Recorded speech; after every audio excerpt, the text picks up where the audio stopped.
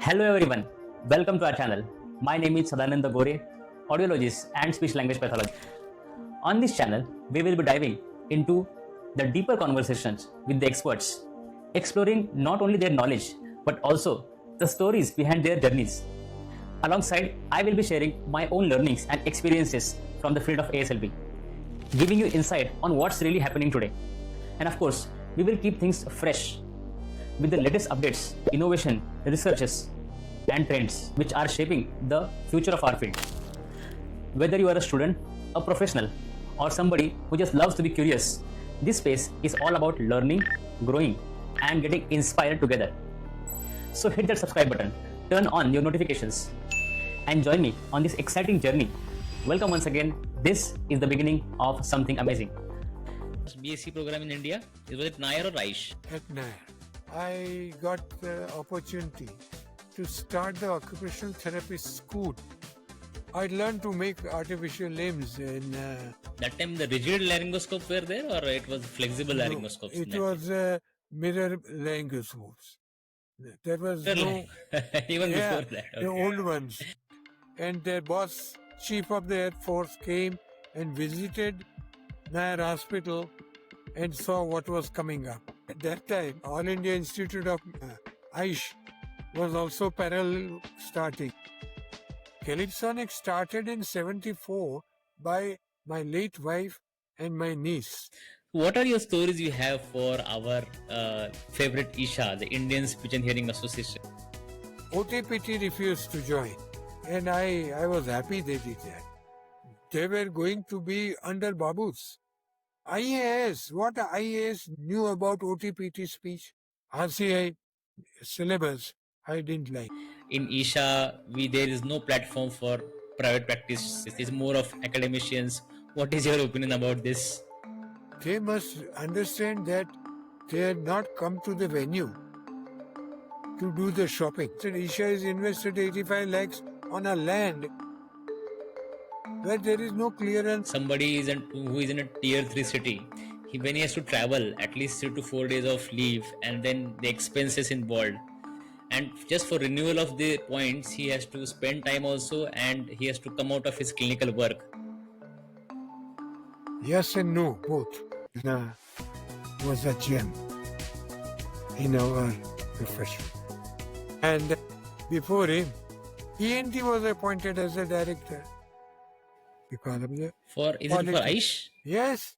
Now the debate is going on about the National Commission of Allied Health Sciences. I have strongly feeling.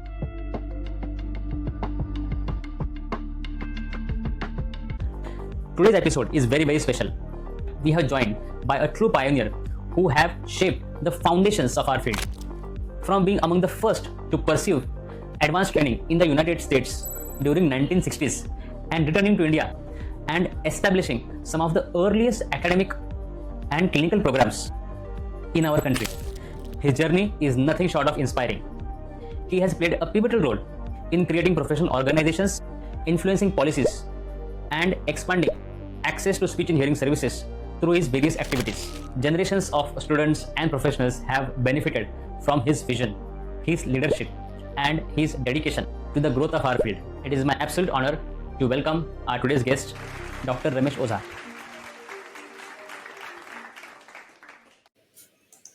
Thank you. So, sir, before going into depths of questions and I start asking different questions, I would like to know right now what are the things happening in your life professionally? How is the day looks like? What are the activities you do throughout the day? Well, I am all alone at home, and my actual professional activity starts around 12:30, and it goes on till 6 in the evening. After leaving the clinic in the evening, I have a little rest and then I start. Today I have completed 91 years. So I'm talking through the 92nd year, and I enjoy work, no doubt.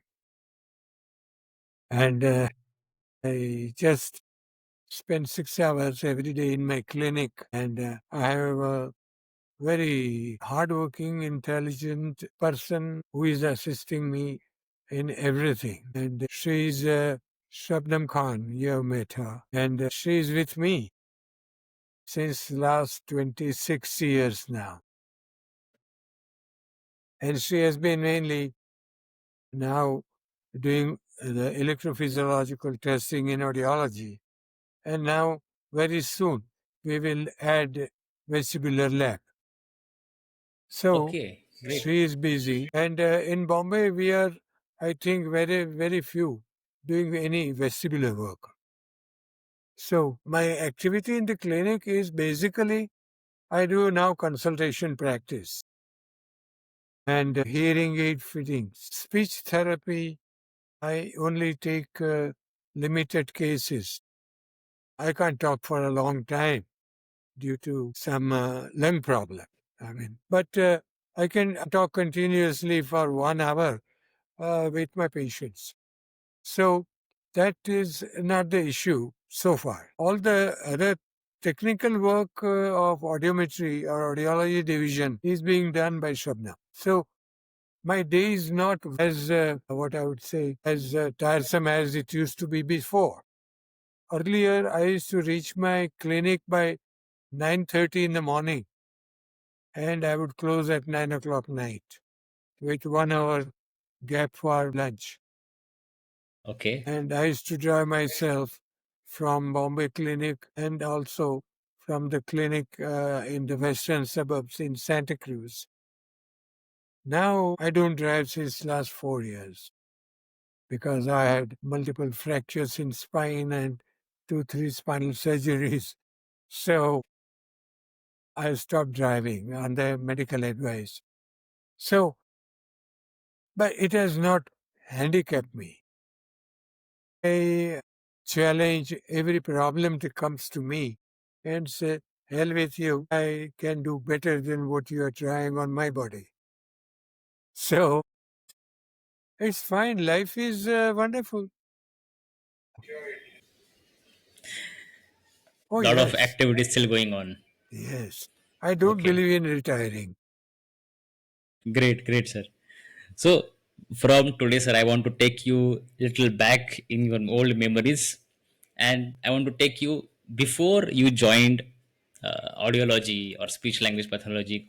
I would like to know, sir, what is has been your early life? Can you tell us about your early life and what inspired you to pursue, which is something like a maybe speech therapy, which was not common that days. Yes. I did my BA with advanced psychology. I wanted to be a neurosurgeon. That was my uh, ambition from the beginning. But somehow it didn't happen. And I finished my BA with advanced psychology, 1955. And I met Mrs. Kamala Nimkar when I was in the last year of my college. Uh, she told about occupational therapy. Okay. And at that year, particular year, that was in 1955. So I said, in that case, I will join. And I said, okay, if not the neurosurgeon, at least deficiencies that arise due to any neurological problem, and I can treat. So I joined occupational therapy and I enjoyed because that was what I wanted to go in for. So all throughout my career, I was at the top level. And in 1957, completed my occupational therapy 2 years diploma. And I got the opportunity to start the occupational therapy school in Nagpur. So that was on an invitation from the health minister of Maharashtra at that time, Mr. Kannamwar. And he Okay. said they want to start whatever the latest in rehabilitation. They have a, at that time there was a bed strength of the government medical college of 1500 patients or 1500 beds, and all specialties except occupational therapy, speech and hearing, and artificial limbs. I learned to make artificial limbs when I was in occupational therapy. Then I got invitation from American, it was center where with head office in Mumbai. If I would be interested to host one audiologist who has come from USA, and that the cost will be borne by the American center. Only I had to agree.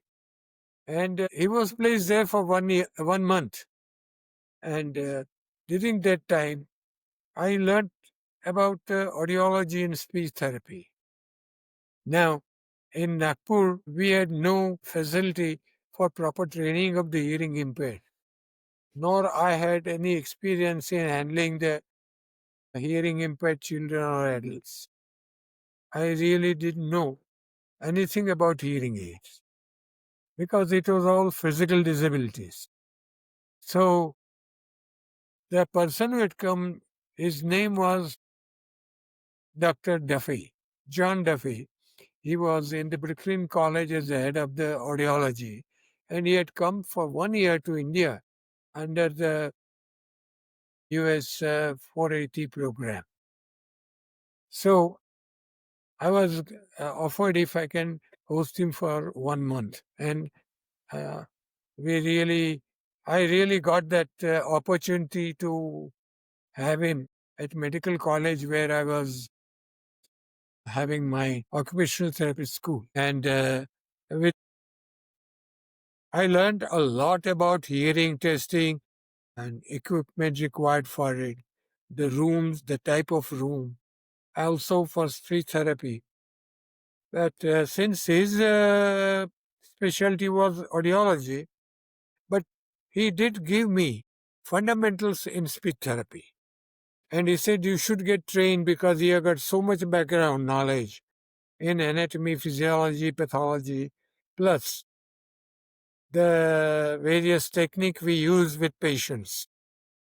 You have to add a degree in audiology and speech from recognized university in USA because we had only quacks working in so-called speech therapy. So he said, if you are interested, and he said he will try and see he can get any scholarship to go to USA. After finishing his 1 month, a couple of weeks' time, I got a letter from American Center that scholarship is available under the U.S. State Department for doing my PhD.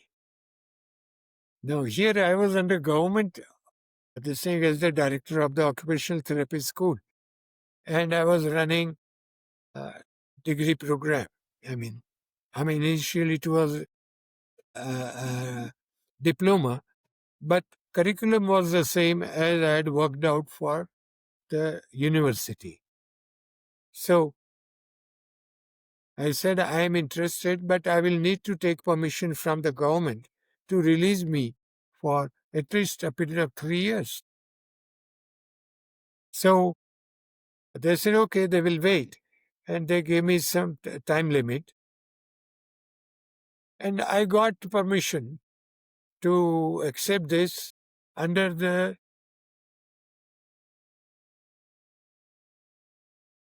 scholarship was under 480 program. And I think that was name of Fulbright scholarship. Okay. So I accepted it. Government accepted it with a bond that when I come back, I will join my duties in the medical college. So I signed it and I got the scholarship under Fulbright. And in the first week of August, I proceeded for USA by ship. And subsequently, I joined Brooklyn College. And I was also selected by the Rehabilitation Foundation in USA. The scholarship was for 250 US dollars, which was quite a big amount for my lodging, boarding, and fees and everything was paid by State Department under Rockefeller Foundation conditions. And it was highly respected foundation in the USA. So I went through the formalities and started working there. Dr. West found it very convenient to have me as his assistant in his private clinic. So I learned so much. And what I learned most was how to do the laryngoscopy, indirect laryngoscopy, and see the larynx and vocal cords and false cords. How to identify, see when they were doing R and E practice. You see, Right. now That time, sir, I think, sorry to interrupt. So that time the rigid laryngoscope were there, or it was flexible no, laryngoscopes in it that time? was mirror laryngoscopes. There was Mirror no, even yeah, before that. the Okay. old ones. Well, I had started my thesis in audiology Hmm. uh, for my PhD. So in the first year, I'd done my 20 cases. I had to do Okay. 50 in the subject of uh, differences in audiograms of normal patients versus the patients with tinnitus. And Interesting. also identify the frequencies of the tinnitus in the patient using Bekeschi audiometer.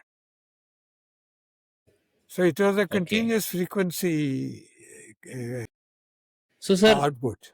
just to get a clarity on things, so it's, you had a very different route of career, Yes. starting from a psychology, then you move on to the OT, then you some things happened and you shifted to USA. So when you went to USA, you mentioned about the thesis. So was it like, how was the program? Was it you started from graduation and then masters and PhD, or what was the program schedule there? Since I had earlier background of medical knowledge and also being the director of audiology schools and head of the department, I was given to registry. Well, I was doing my master's first and start work on my what you call uh, PhD thesis. It So it was a was very like special case, graduation which and then was directly PhD. yeah. Along with my master's courses, I was Okay. doing my additional courses required for PhD. It was a very So special, you so know, that time they used to call AUD or PhD there in USA. no, Brooklyn College. It was our department was part of the uh, the Department of Speech and Theater. Okay. So it was a very funny combination under one big department of speech and dramatics, actually. So, but we were independent as far as our speech and audiology and speech was concerned. But all our degrees would come through the main department of speech and so it was given MA into bracket audiology and speech pathology. Okay. So MA was there and audiology and speech were combined in USA that time. Yes, yes. And Okay. also, Awesome. Great. I got a letter from my dean of the medical college where I was head of the department of School of Occupational Therapy. that I must return and cut my visit. I had to convert my PhD thesis and research work for master, rewrite all the 20 patients that I had seen and then all the work and into thesis for master's degree. Okay. So, So you made a thesis actually for PhD work, but got yes, converted into the master's dissertation. because if I had not returned to India, I had to pay fine and also some Okay. academic So reaction. so was that like there was you had obligation to come back? Signed this government, bond. So I couldn't have gone anywhere else.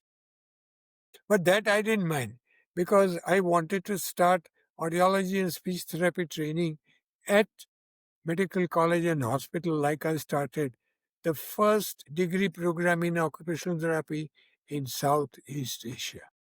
In India, it was all diploma in occupational therapy. So I said, if I could do a BSc in audiology program under Nagpur University, I will also start speech and hearing and I will change over to speech and hearing. So I finished my master's. I had my Viva voice and I passed that. And I returned in February 1963 and joined as director again with occupational therapy and started the speech program with the permission of the government. State Department had given me or delivered to me at Idlewild Airport, which is now known as JNK Airport in New York. In my Okay. plane, audiometer and two-channel audiometer Myco and 10 Zenith advanced pocket aids, 6 of them, and 4 BTs to start my department with audiometry and hearing aid trials. Okay. So first thing, sir, let me revise. A lot of things have happened. One is, first of all, you started India's first degree college in occupational therapy. Yes, Is sir. that right? Okay. Yes. Secondly, you also initiated the process for starting first degree college for speech and hearing in India. I had a plan to return Okay, to at India Nagpur. and start at Nagpur. Start. And for that, you got audiometer and some pocket model hearing aids from USA that time. You carried it in the hand and some BTs that time. Okay, that's interesting. Okay, so sir, under Nagpur University, we started speech and hearing college that time in 1960s. What was the name of that college? It was under Medical College and Hospital, School of Occupational Therapy, with a Nagpur Okay, so University degree. under School of Occupational Therapy, we had speech and hearing also that time. That was unofficial, but Unofficial. with the Okay, permission of the Dean and the Health Ministry. And then I had to do the complete project for starting the speech therapy school, including the space, the structure, sound treated rooms, equipment required, foreign exchange required for it. It took me 6 months to prepare the final program. And then came the problem. I got invitation from, I got an invitation from Nair Hospital, the okay, dean of Nair Hospital, and the ENT, head of the ENT, Dr. Hiranandani, a famous person. If I would accept the invitation and start the audiology and speech therapy program. So that was in 1963 after I came back. And I, in principle, agreed. and I put down the conditions under which I would accept their offer. That it will be independent and not under ENT. That was something head of the That was ENT something new that department in time, my totally new. totally Yes. new and totally new specialty. Nobody knew anything about speech therapy. Only Mm. we had one speech therapist who had done a diploma program in UK, and she was conducting speech therapy classes.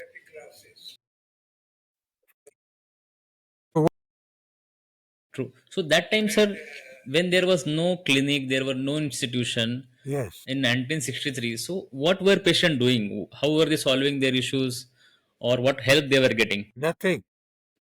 Nothing. That's it. You are on your own. I had to introduce a specialty which was so very new, and people said, "What do you do in speech therapy? What do you do in audiometry?" ENTs, most of them had what I call the audiometers they had brought with them, vacuum tube audiometers. About, Vacuum tube audiometer. yeah, the amplifiers were of vacuum tubes, and the audiometer table unit was the real big one. So I was getting anyway the latest ones as per my scheme given to the corporation. And it was, I must mention here, that I was lucky to get help from Dr. Hiranandani. He said, money is no issue. Whatever equipment you want, we will order.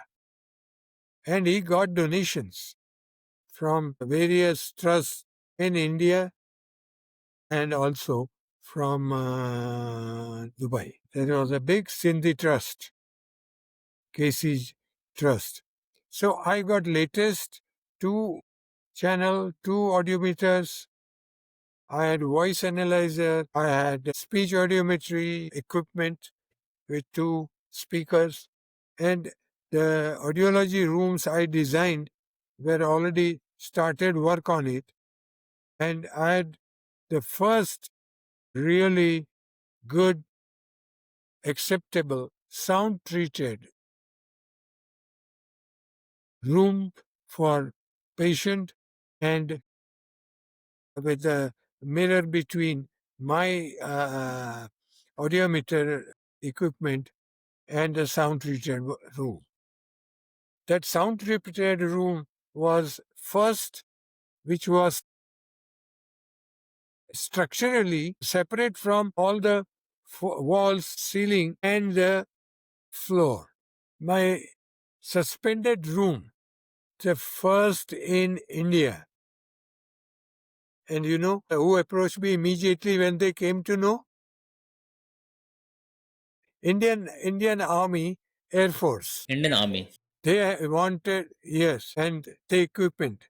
And their boss, chief of the Air Force, came and visited Nair Hospital and saw what was coming up. He said, when you So what was start, their interest in this room? it was a sound treated room done with very special Okay. equipment. It was sound It treated became a talk means of the town so much that it people came wanted talk to of, come and see it. it became talk of the country. Country. Yes, because True, true. at that time, All India Institute of ISHA was also parallel starting. Parallel starting. So they had under the health department, government of India, health ministry rather. So they were doing it, but I did not go to Mysore until they started, because our course was requiring for admission pre-medical requirements for medical college admission. Right. So, and in our Mysore Institute, first few admissions were with any graduate degree, whether it was art, science, pharmacology, or any they must have a BSc or BA degree, and then 2 years after that, which I had not Okay. agreed upon. So Hmm. I said, I'm happy with what I'm doing it, and I was getting everything that I wanted. But that is where I met Ratna, and we started working with each other so closely. And I also told that if he needs any help in setting up the physical facilities, I'll be always available. So that is how we started, met, and when they started the first batch, Pratibha Karant was one of the students, Mr. Manohar was the student.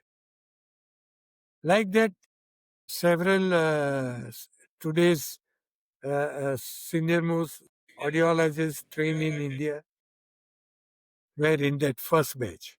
And I used to go and lecture to them in the speech path, fish, voice disorders, early childhood speech problems, and things like that. So I was a teacher in both the places, and that is how the first admission was done in 1965 with the diploma. At the same time, I had submitted a complete project for BSc in Audiology and Speech Therapy to Bombay University. And in that, we had made the provision that all those who have diploma of 2 years plus 6 months of practical internship will be allowed to join BSc for 1 year, and special lectures will be arranged for them. So after 2 years, two batches of diploma, we started in 1960, think 69. The first BSc program in Nair Hospital. So, sir, that time, 1968, when BSc started, and parallelly, ISHA was also running BSc in speech and hearing. Hmm. So, the RCI was already formed, No, or no, you no, were no, having no. your own No, curriculum? no. RCI was formed, if I'm not wrong, in 90s. And we had workshops on the project report to be given on the basis of the complete RCI formation. From 1968 to 1990s, it's around say 20 years of period. So that time, how you were able to decide about what should be the syllabus, which books to refer, and what should be the chapters of the syllabus? How was that all decided? You see, Bombay, I decided with emphasis on anatomy, physiology, pathology, and medical subjects. Mysore had mostly emphasis on speech path, and in audiology, they had created all the facilities, but there was not much emphasis on audiology. So that was basic audiometry and audiology work, and things were being done. And that time, I think in that place, for audiometry, I don't remember who was there, but he did a good job in introducing audiometry and different tests. And then I was so happy about it. And because myself and Ratna were working together, we had no differences. And so he introduced also medical subjects, but a limited number, far less than what I thought was necessary. Okay. So basically, in India that time, two institutes were running parallelly, and though there was no structured approach as such, used to discuss maybe sometimes and then finalize what should be the taught and what Yeah, should be the yeah. changes in the Only clinics thing for the was that students. he could do the training program with BSc degree from the university. He got the, you see, he had a lot of contacts in the university. And at that time, Maharaja of Mysore gifted a huge piece of land in university campus. So they got that first building and then the first batch of admissions. Of course, today it is totally I can't believe what it was at that time and what a leading institution it is today. Another thing happened in 71. See how I've gone through various ups and downs, more ups and then downs. At that time, government of Indonesia requested UN to set up rehabilitation programs in Indonesia because they had large number of war casualties and they had no facilities. So UN gave a very big grant to start the rehab center, an orthopedic center with an orthopedic surgeon who was trained in USA and very efficient and expert in orthopedics. So they held under the auspices of United Nations a 2 week rehabilitation conference. 2 weeks conference with specialists in each area of rehabilitation. Orthopedic surgeons, artificial limbs, OT, PT, speech and hearing, and other so many areas which are concerned. And from all the UN countries, there was one expert with one assistant attending this 2 week conferences.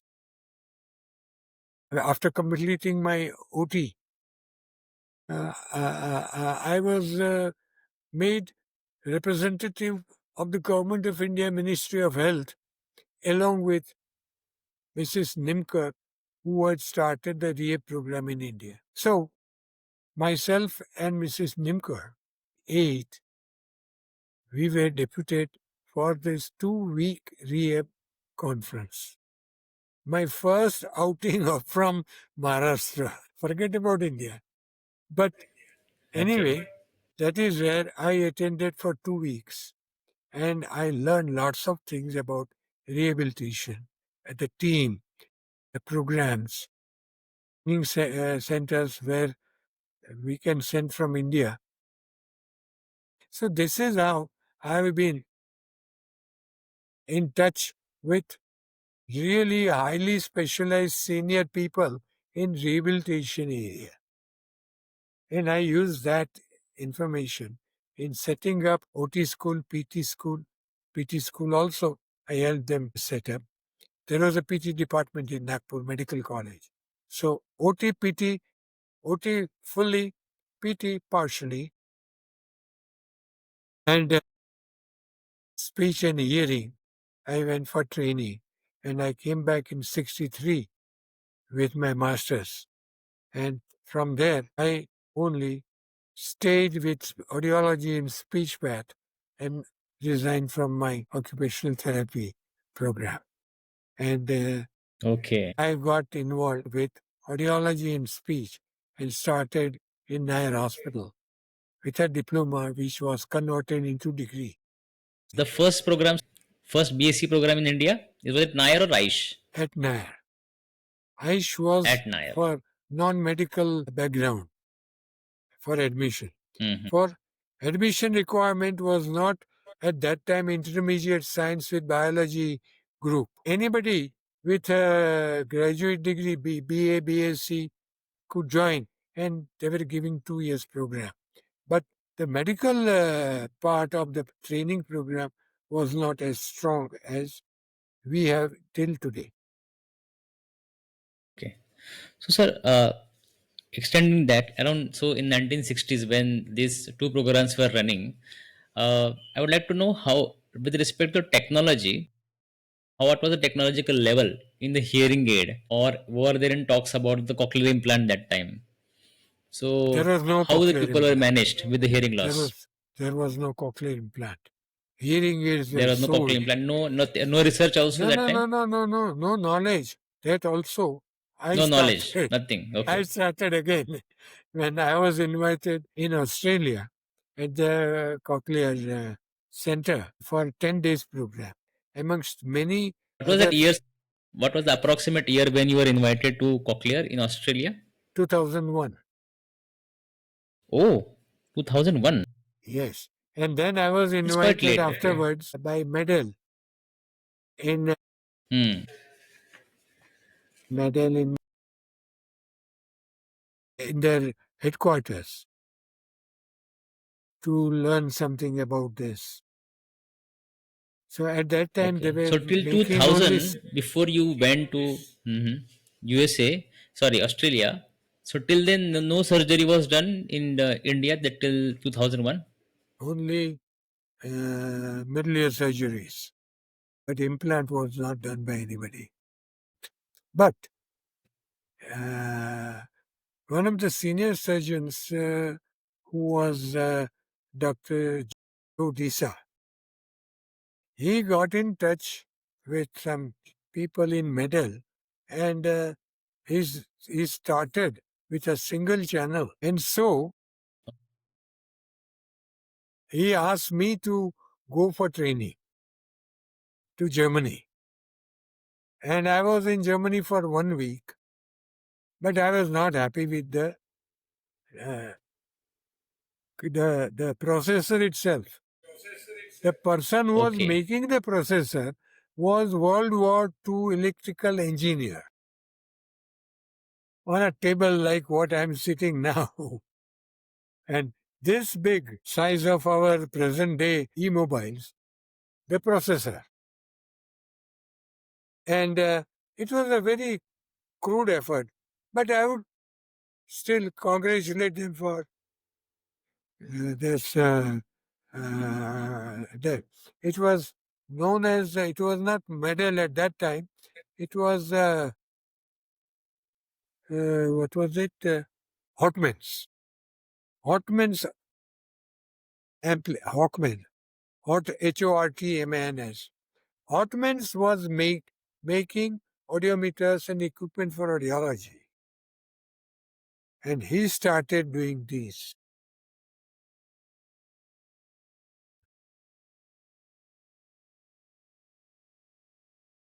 Like a hearing aid. Like made Like like a a hearing aid. hearing aid with a single channel And also inserted.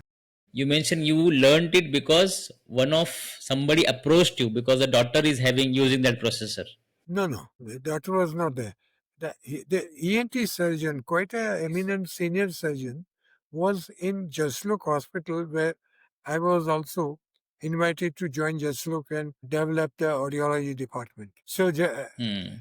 this one was Dr. Jodisa was attached to Jaslok as honorary ENT, and his daughter was also qualified in ENT, but not ENT. attached to Okay. the.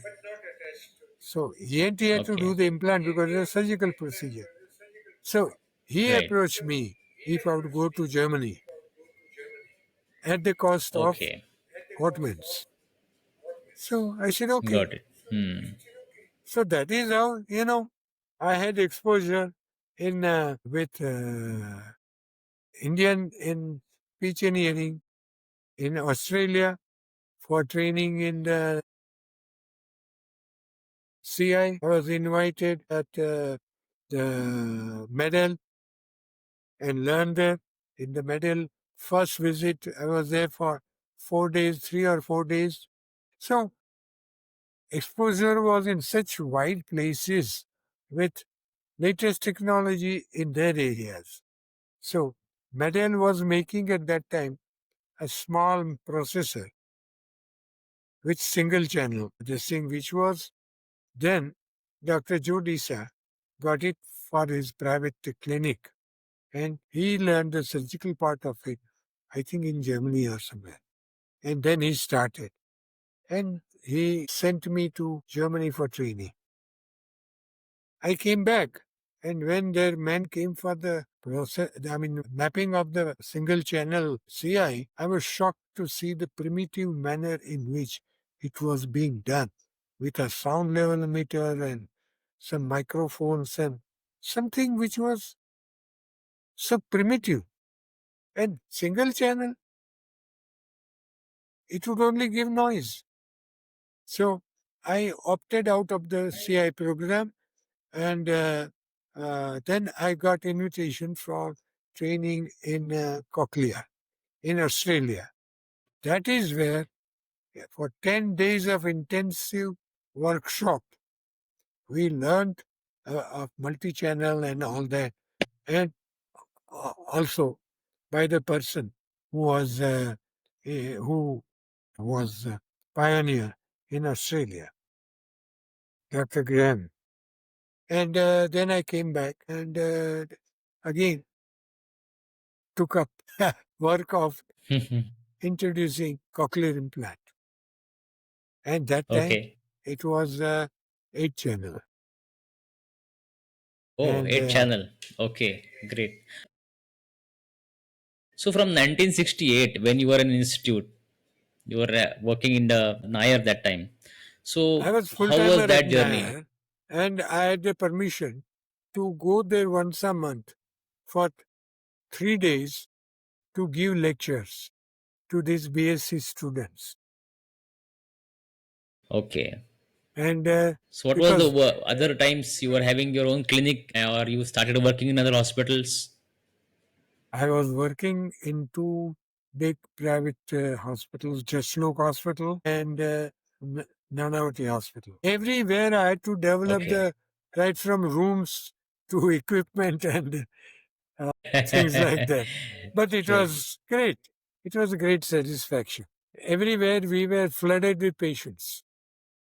And my first patient, which I presented and which gave me so many cases references, was in a dental college at their staff meeting. It was a case of puberphobia.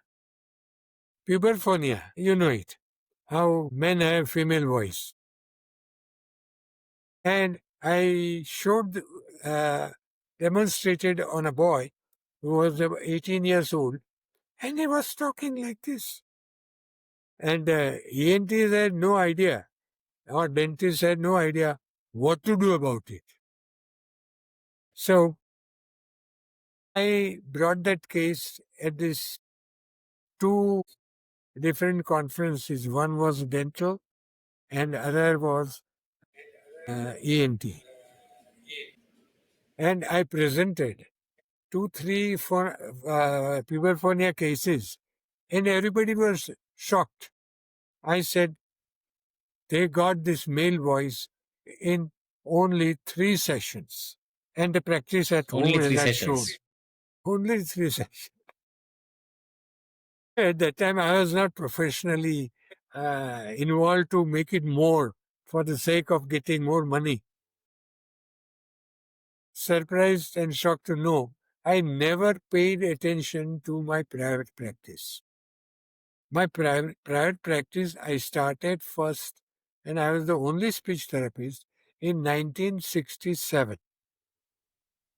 I set my own Okay. clinic in a very modern place in Bombay called Air Conditioned Market. That is, Okay. So yes. Calipsonic was started in 1967, is it? No, no, no, no. You see, now let me tell you some of the professional things I was very particular about. When I was working with the training programs at Nair, I would not do any private practice. Once it became very stable, I took the permission,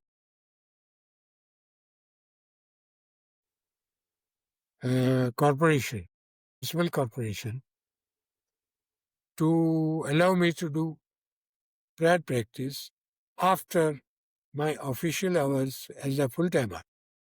And I got that time also my prefix of professor because our program was under university. I had to do a lot of work, but that is okay. End result was I was Professor Ramesh K. Oza, not Mr. I never allowed myself to be called doctor, like OTs and PTs. I said, no, reason is simple. Our job is to do what medical people can't do. So in that respect, we had our own status as a specialty, and that we would not be working under the ENT department anywhere. We will have our independent training school, for which we will have our own budget under municipal corporation. Terms and conditions were very rigid, and I never practiced. Calipsonic started in 74 by my late wife and my niece, on my eldest brother insisting that why don't you start something like this? Patients will get proper hearing aids and you'll be able to give good service. At that time, money was not the motive for starting Calypsonic. But I told them very clearly, I will not send a single case from my practice to Calypsonic for any hearing aid. And that I maintained from 1963, when I came back from USA, till 1994. My wife passed away in 94. She was an occupational therapist. And at that time, I met her and we married in Nagpur. So Nagpur has a lot of attachment for me because first So okay, training so you were classmates with your together in Nagpur, or two was of your my classmates from occupational therapy were with me in Nagpur. But okay? I met my late wife in OT school in Bombay. Okay. Oh, it's a So school time. yes, and we Okay. we got married in '59 in Nagpur. So it's a history. And she passed away in '94. Then the question was, who will look after this? So my brothers convinced me to join this program, Calipsonic, as a hearing aid supplier, but not selling. I would not sell hearing aid. I will not give any hearing aid which I thought was not fit for it. In those days, hearing aids were given, sold like chana kurmura. So I never prescribed those ones. But then two Indian companies were doing. RP was the first one that way to manufacture hearing aids with Oticon, and they're fantastic models. And I had good relationships then to send the cases for fitting of the hearing aids, pocket aids. But they were excellent. Hmm. And then, of course, I joined in '94 Calypsonic and introduced, I'm in a private clinic with audiometry and sound treated room, speech therapy. I had initially one assistant. She was trained in ISHA. And, Pratibha Karan, she was my student. And in my first batch of students, I gave lectures on aphasia. And she was so much sold on doing her master's PhD in language disorders. And that is how she is. I take it as my proud because she has made India on the international match. And she respects me so much, even today. And I respect True. her. True. And I am proud of her. No, no. But So, sir, like going uh, back to cochlear implant, okay, even before that, so we came to know about how institute has started. What are your stories you have for our favorite ISHA, the Indian Speech and Hearing Association? How it was formed, and any memories when the when the it was getting formed? we had formed, I don't know, remember exactly the date, but it was in 60s, late Mm-hmm. 60s. And we were a registered body, but no Mm-hmm. government recognition or anything. That came in late 90s when Rehab Council was formed.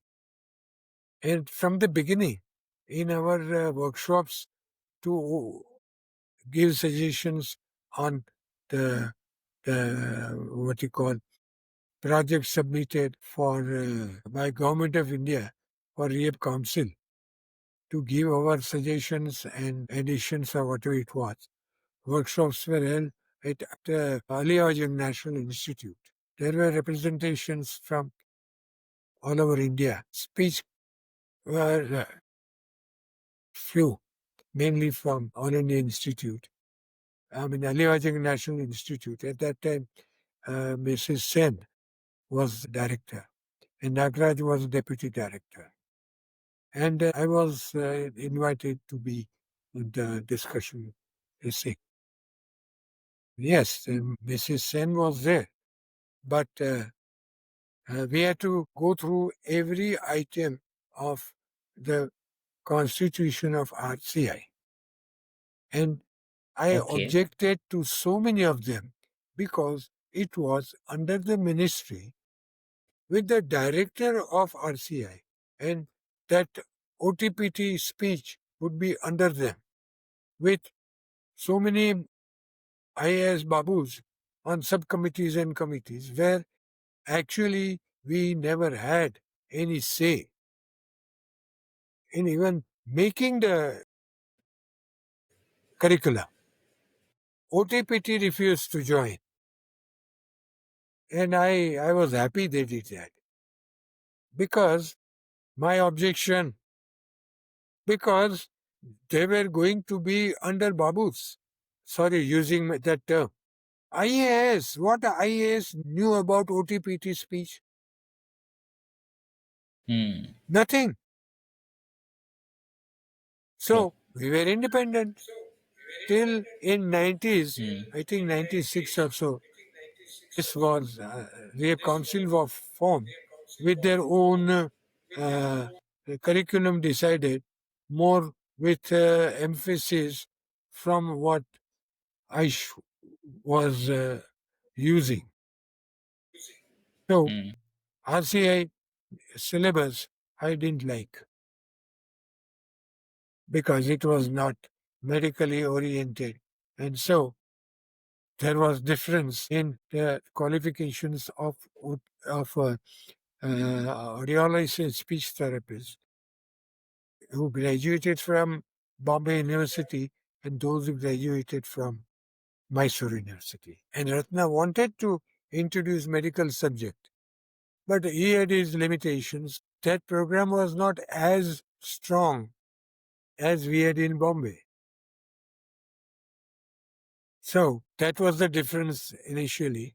But then it changed. And when Ratna came as a director,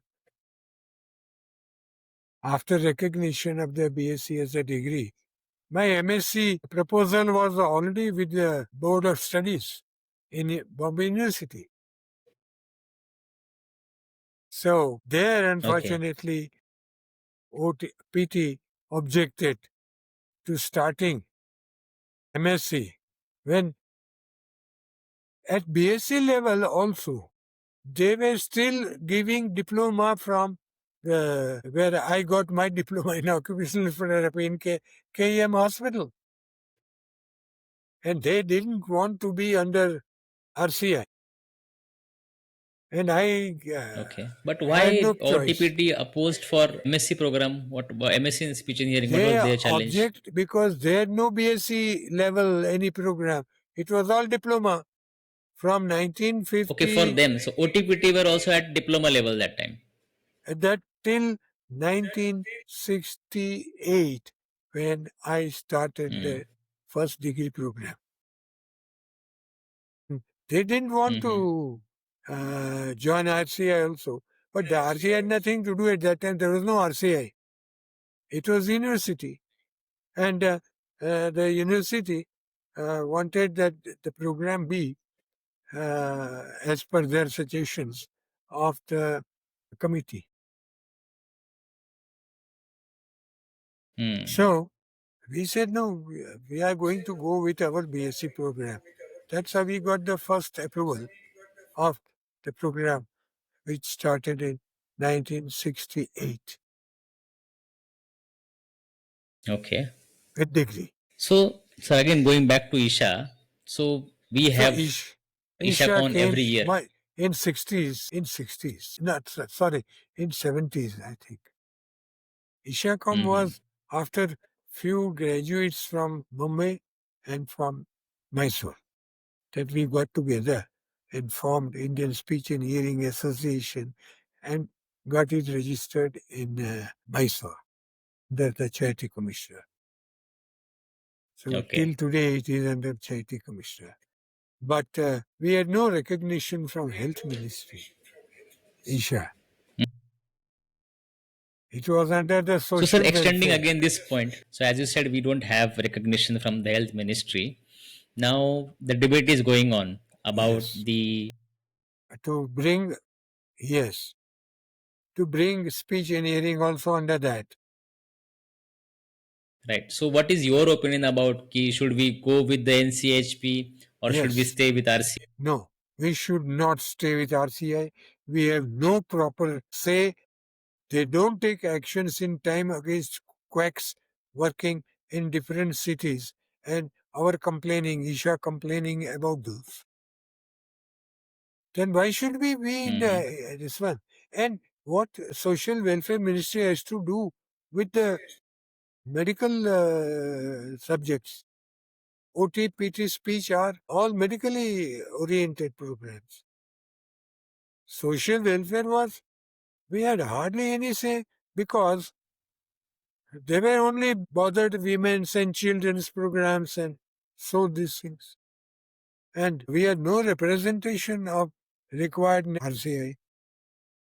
We had only one person. Okay. But so there is another school of thought among audiologists and speech therapists, which feels ki, okay, if we go into NCHP and then this might happen that there are other professionals in the same association who might start working as audiologists because they have the But same no, no, no, no, recognition no, under the same society. no. You see, they have not understood that each program will be separated in the coming this national, whatever it is called. They have said that OT, PT, speech will have separate entity under the national program. Because like what they have done for Indian Medical Council, it has come under this, if I'm not wrong. So Okay. Okay.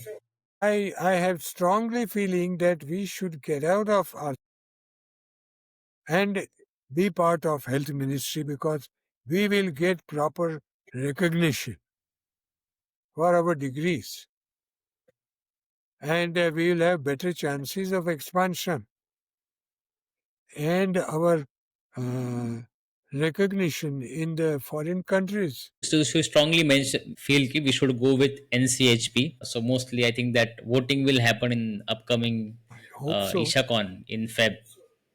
Hope so. Okay. I So one more hope one so. more important point about Isha.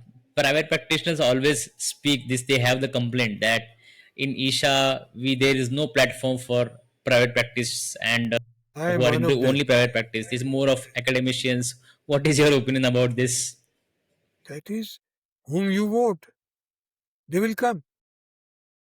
And those who come must have strong opinion about our profession and not succumb to majority.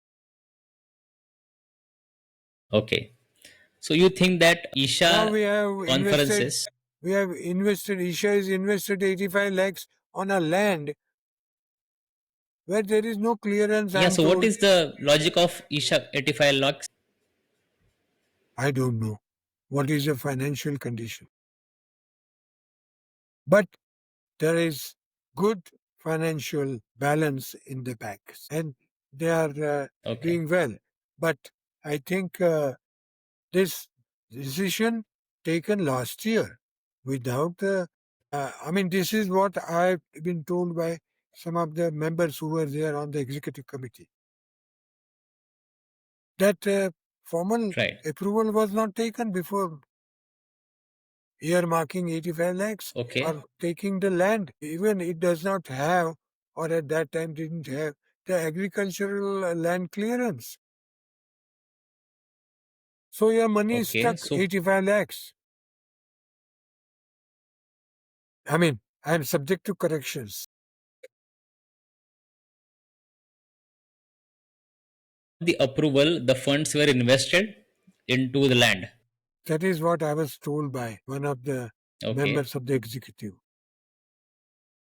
Okay. Last year there were And quite a few problems. So let us not discuss about ISHA anything now. okay, no problems. So again, sir, going back to But as a Isha body, ISHA has, conferences.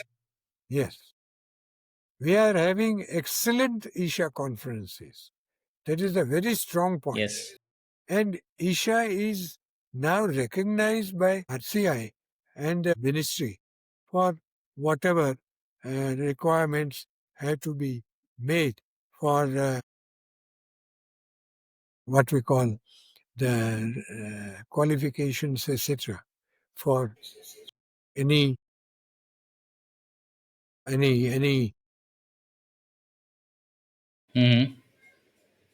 person who wants to practice audiology and speech without registration, like medical council it was.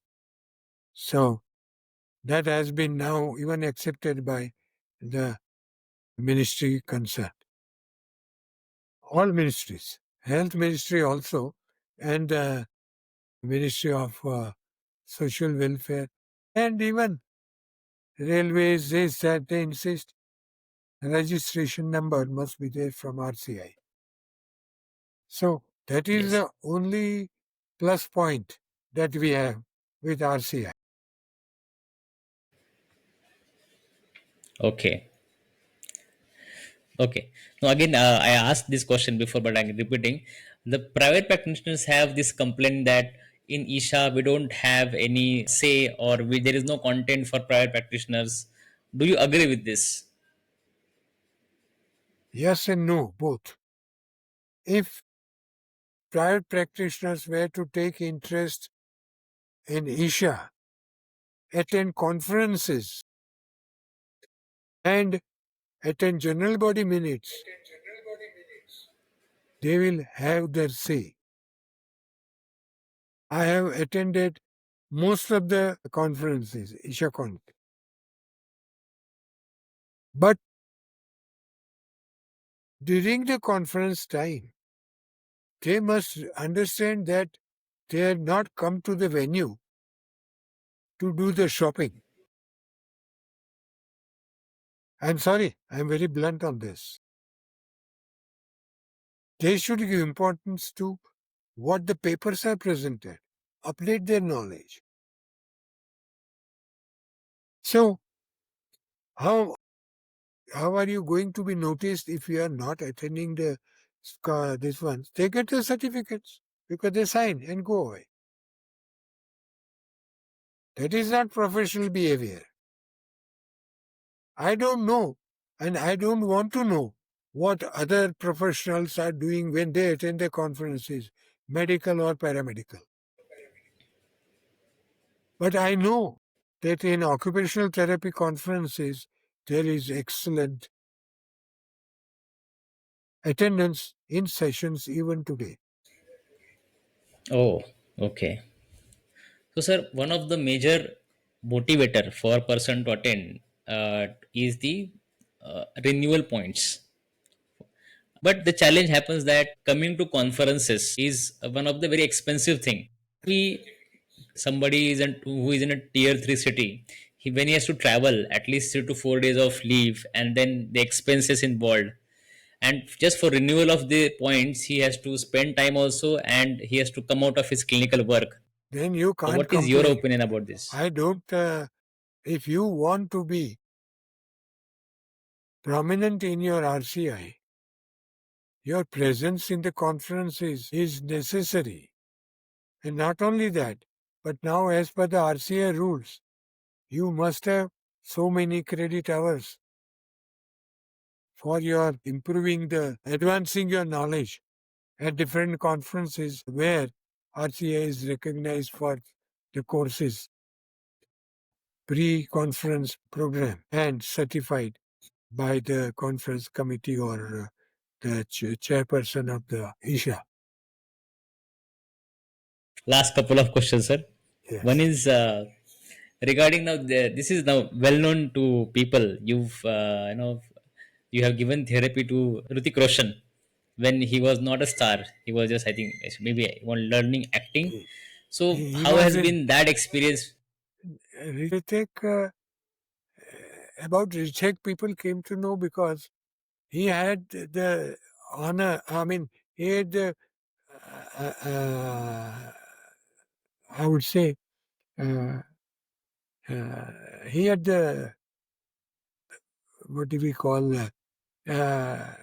he was not shy of declaring at the first Filmfare Award.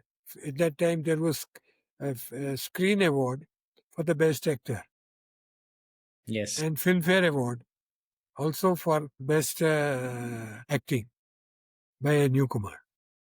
And from his the film, I mean, Screen Award, from the stage, he announced that he was so grateful to me by name. I generally don't like to be, my name to be made public because we are not supposed to advertise. Let the patients come by references from the doctors or directly, whichever it is. You establish your name, they will come directly. But Hrithik was the first one. He overcame his stuttering with his regular attendance and the practice as I had taught him. And then he entered the film line.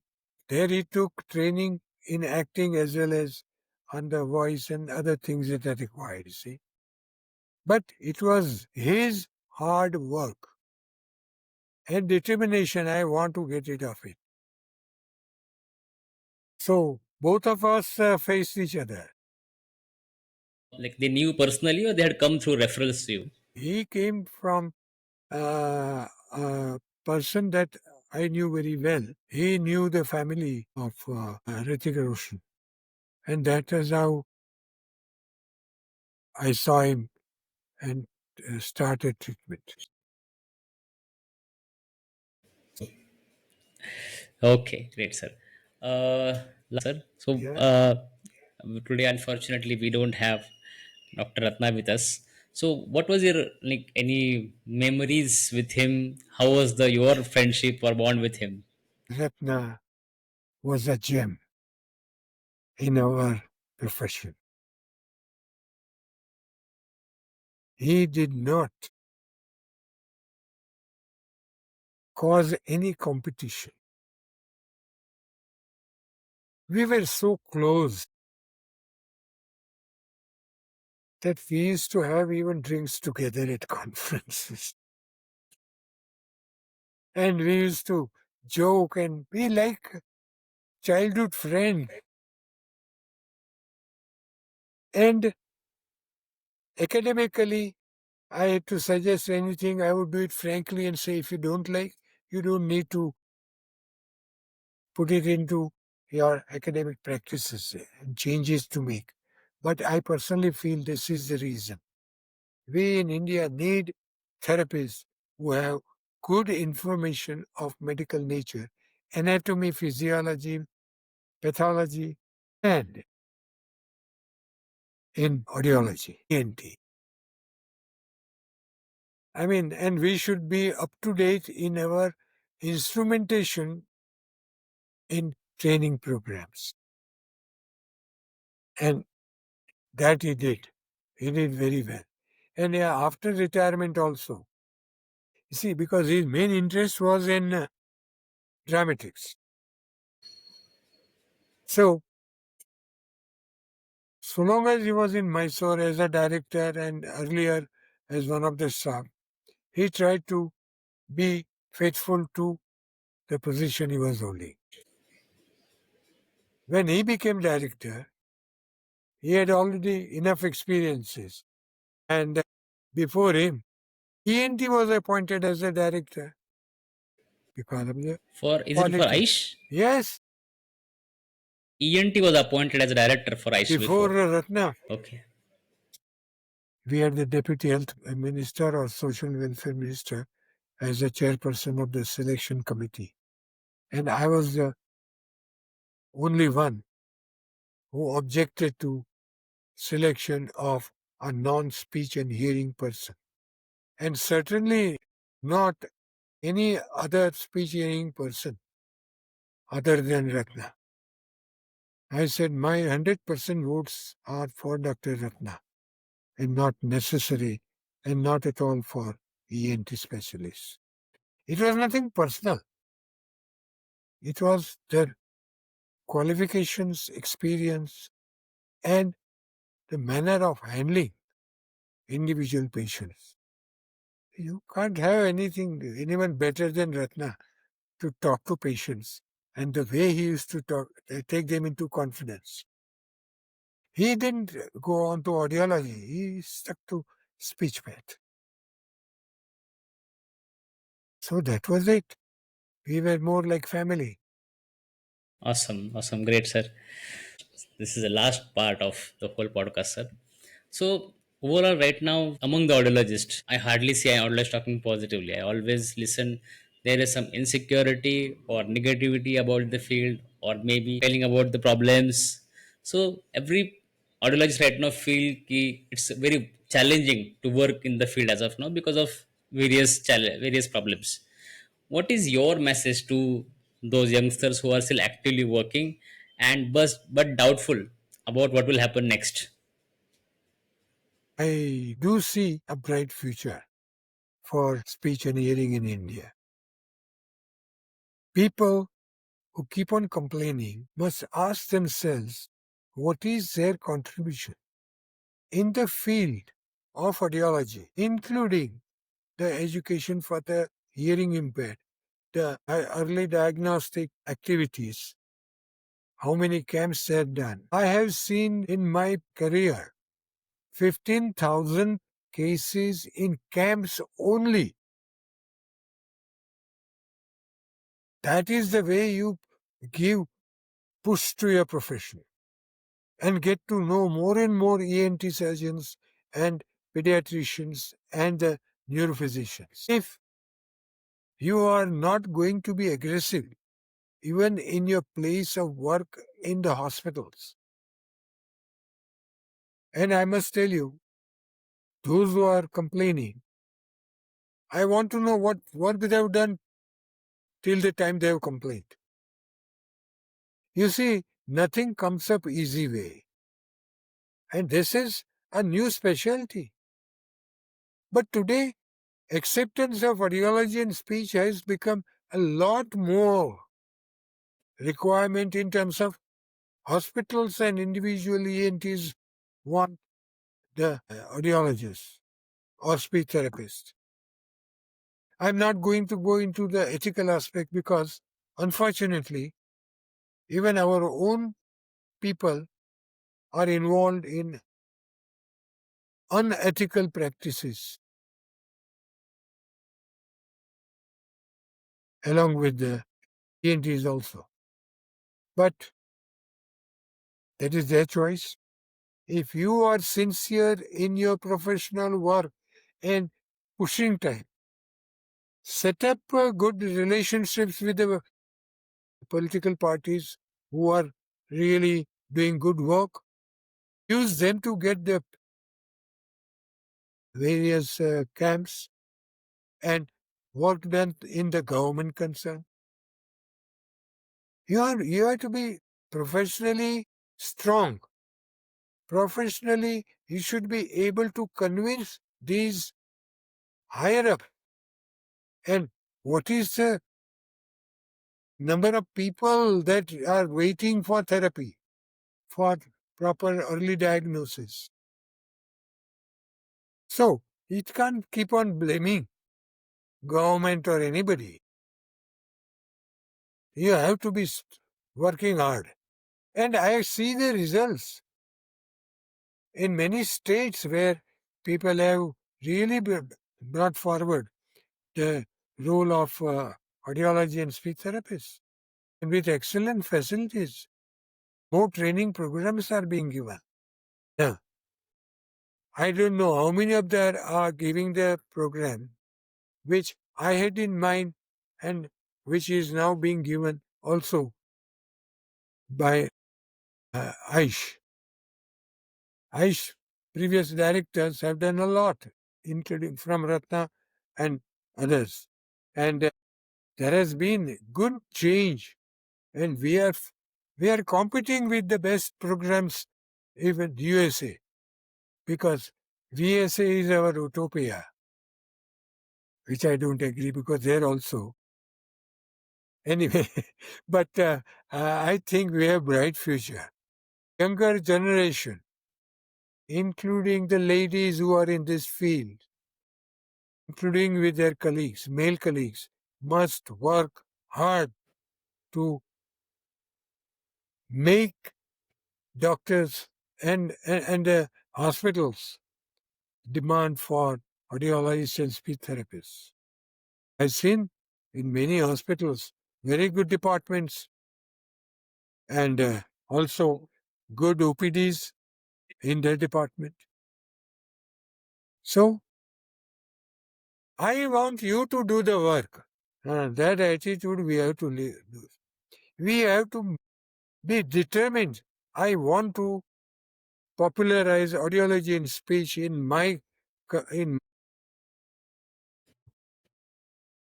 state with the help of those who make a difference in terms of their influences. Right from the head of your hospital to the head of the ministry or minister of health ministry or social welfare ministry, and give them importance and start getting your work done. You can't say ISHA. What is ISHA? ISHA is you only. You people are there. What is RCI? How many of you have taken interest and written strong letters to RCI director or chairman at the ministry? Every time they want to do the work by the state associations and ISHA. No, work with all and be after it. What they are all today is by single effort by me. Audiology and speech therapy would have taken many more years. Today, how many training institutes are there for speech and hearing? How many audiologists and speech therapists are practicing in India? More than 13,000 people have been qualified as audiologists and speech therapists, and many more are still under training up to PhD. You see, I think unless you put in your efforts and work beyond your office hours or clinic hours and holidays, you cannot complain. A new specialty has to come with the hard work of the minority that is there. 12,000 is a minority compared to OTs and PTs. And what was the difference between starting of OTPT 1954, 53, 54, and speech and hearing in 1964, 65? 10 years? Yes.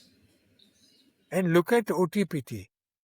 The association gets a lot of work done. I had submitted the proposal for OT to be included under Health Ministry and registrations before I left OT. That was in 1961 when I went to USA. In just 1.5 years, we got Nagpur University approval for BSc and representation of occupational and physiotherapy in the Senate of the university. We had a say to that extent.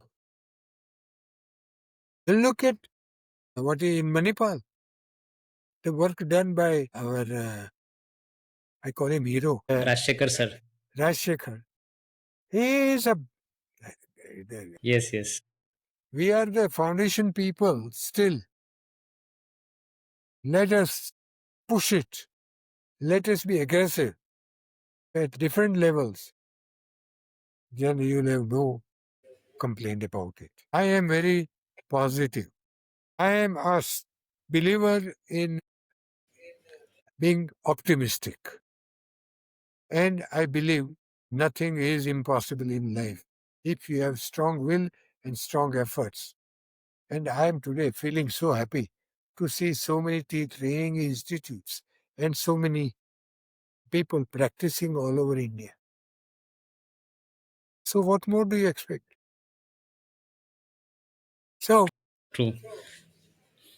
I must thank you for the opportunity To given. summarize, that means, as you said, rightly mentioned, we are still in the foundation of a speech and hearing field in India. And instead of asking what field gave me, we should ask ourselves what I can do for the field. What I have done from my profession. Absolutely, sir. Absolutely.